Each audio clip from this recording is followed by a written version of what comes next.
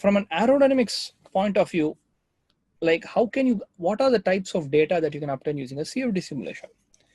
So this is like a 2009 car model. I think I just got this picture from internet. It's a very interesting picture, but this is the level of data that CFD can give you if you do it correctly. So for example, these are some of the parts, right? You have the front wing assembly, you have your front wheel suspension, you have your chassis body work, and so on. All these parts are given a color. On the left-hand side, you have two plots. You have a downforce part, a downforce plot, and a drag force plot. Now, what you're doing is, for each component, right, you're basically providing a chart of the downforce, and you're coloring the plot by the color of the part. So basically this light brown color, right, that is for your front wing assembly, which is right here. So this is a very nice looking plot. You can actually do this in CFD simulations. So here you can see that your front wing basically produces roughly, 30% of your downforce.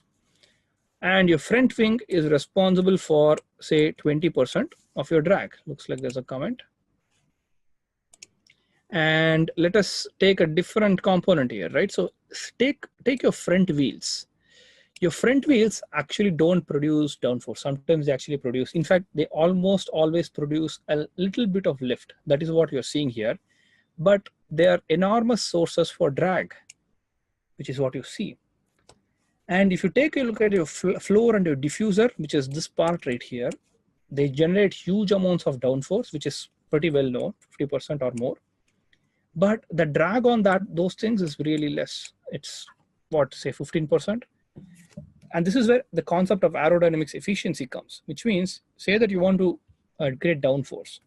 Whenever you're creating downforce, you're obviously going to increase your drag. But you need to design your components in such a way that the increase in drag is not a lot.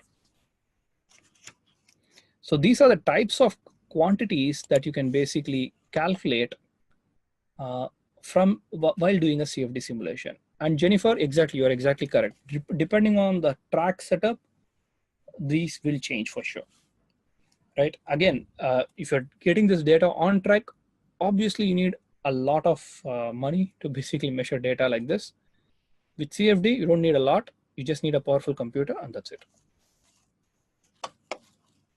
Angles can also be adjusted, obviously, definitely. As far as calculating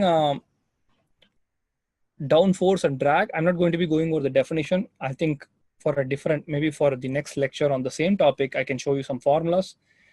But how do you get this breakdown of forces? Well, in CFD, what you can do is, once you run the simulation, you can do something called as post-processing, meaning once you get the pressure data, you can say, okay, what is the pressure force or what is the drag force just on my front wing assembly? What is the pressure or drag force just on my diffuser component? I can query that data. That is the power of CFD, right? So this is done using post-processing stage, which is basically once you've completed your entire CFD setup and you've also finished running the simulation. How much computing power do you need? I think this is one thing that I kind of put together because so many of you, when they show, like I get a lot of students. Basically, we offer courses on aerodynamics. So students come to me and say that, hey, I have this result. Does it look correct? Even without looking at the results, I sometimes say that the results are wrong. Why?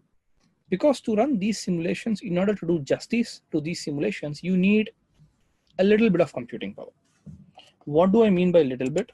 Well, you need to have at least 6 to 12 cores and have at least 64 GB of RAM.